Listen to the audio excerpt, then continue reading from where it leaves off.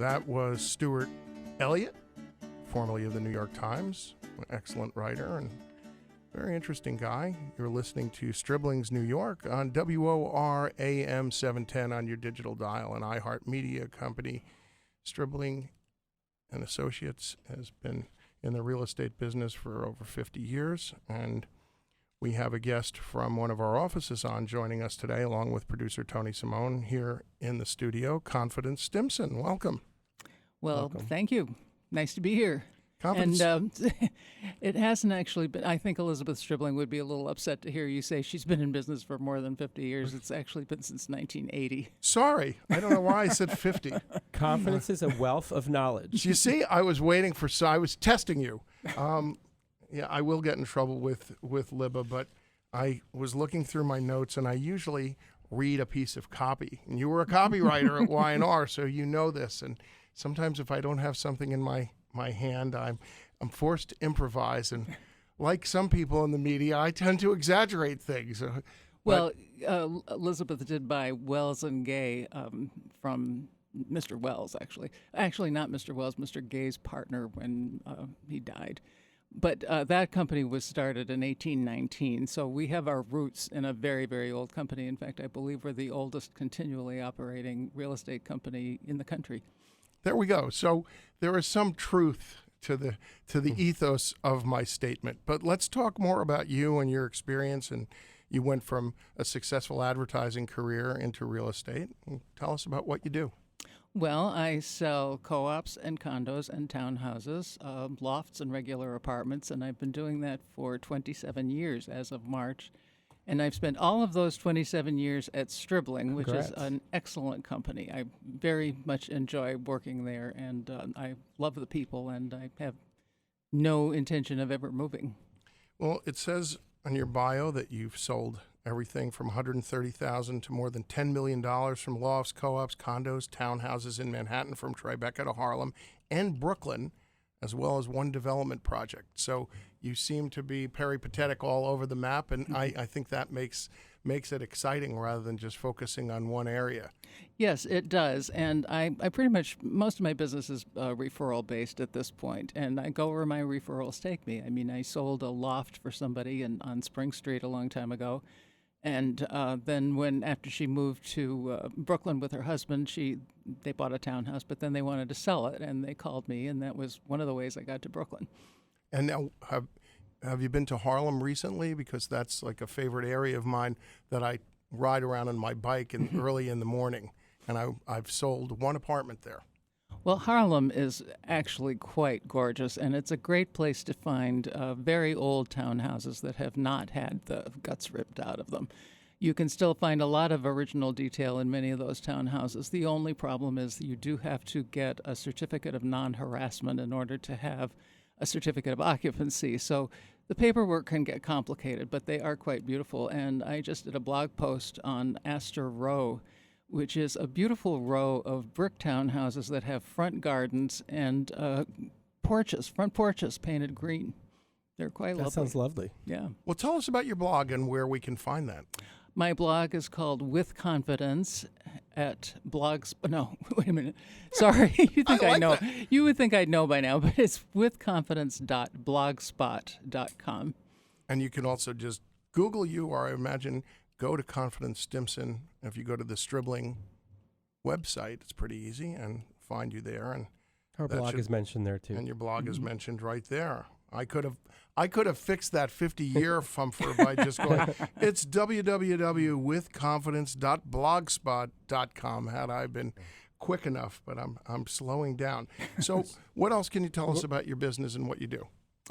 Well, lately I've mostly been working with sellers, and I enjoy working with sellers because of my marketing background, and that's what it's really all about. And at the moment, I have a beautiful, beautiful apartment on West Street, 288 West Street on the 5th floor. It's quite lovely. It's about 2,200 square feet, and the seller bought it many years ago. He was a pioneer on West Street, in fact, and he designed the loft completely himself.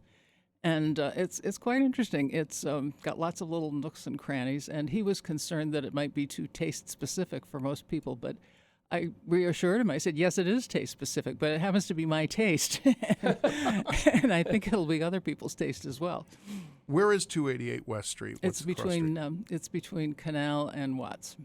And we're allowed to ask what the price point is here in case I want to buy this? Oh, yes. Please tell me about this. $3,175,000. Oh, okay. I can handle that. Yeah. And so when did West Street, when was it starting to get pioneered, and when did things change down there?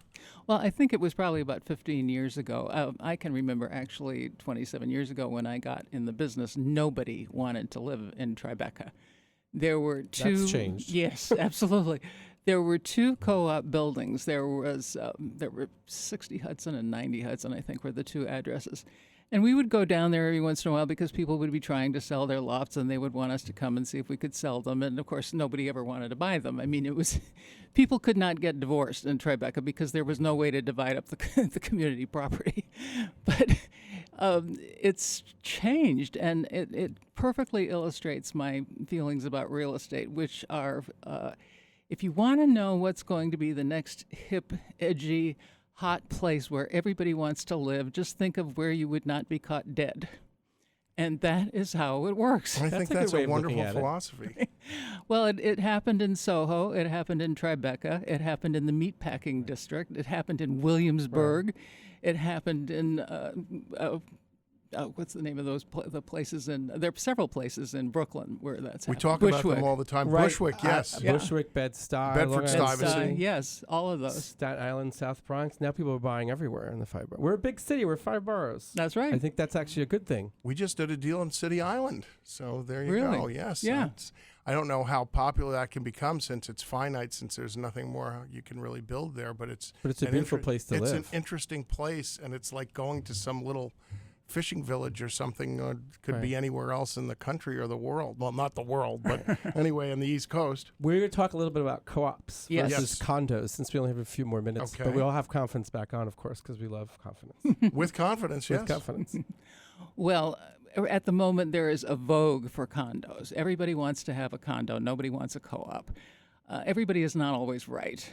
There is a lot to be said for co-ops. I can remember years ago, condos were where you took buyers who could not get past a co-op board. And that was really the only people you ever brought to a condo. But that has changed dramatically. But if you really are, if you look into it, there's a lot to be said for co-ops in that, for one thing, the selection is a lot greater. Something like 3/4 of New York City's ownable housing stock is co-ops. So you're going to have a much bigger choice. The prices tend to be lower because condos are so popular right now. And also there are some controls on who can buy in co-ops. Now, one of the reasons people like condos is because there are many fewer controls. You don't have to pass a board interview. You can finance a great deal more. Some condos you can finance up to 90%. You can sublet, or you can actually rent your apartment. You can buy as an investor. Parents can guarantee, all kinds of things that are kind of just looser about condos. But the bad news is, so can your neighbors. And you could, because of this, find yourself living next to a 19-year-old whose father bought him the apartment and whose parties start at 1 a.m., or somebody who bought the apartment as an investment and keeps it rented. And as we all know, renters do not have the same interest in maintaining the building as owners do.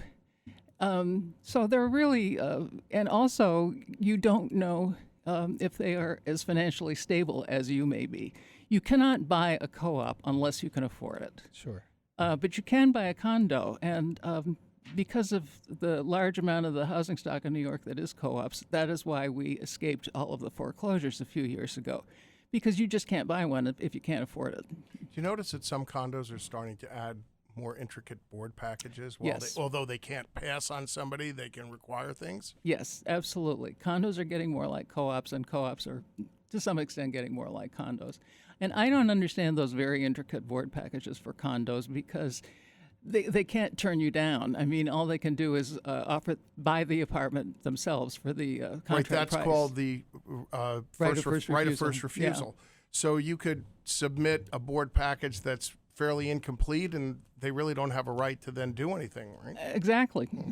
exactly. It's interesting to know and consider on my next condo purchase. Well, Confidence, this has been really interesting and informative, and I hope you will join us again because I've learned a lot, as usual. Well, thank you. It's been a pleasure. Thanks.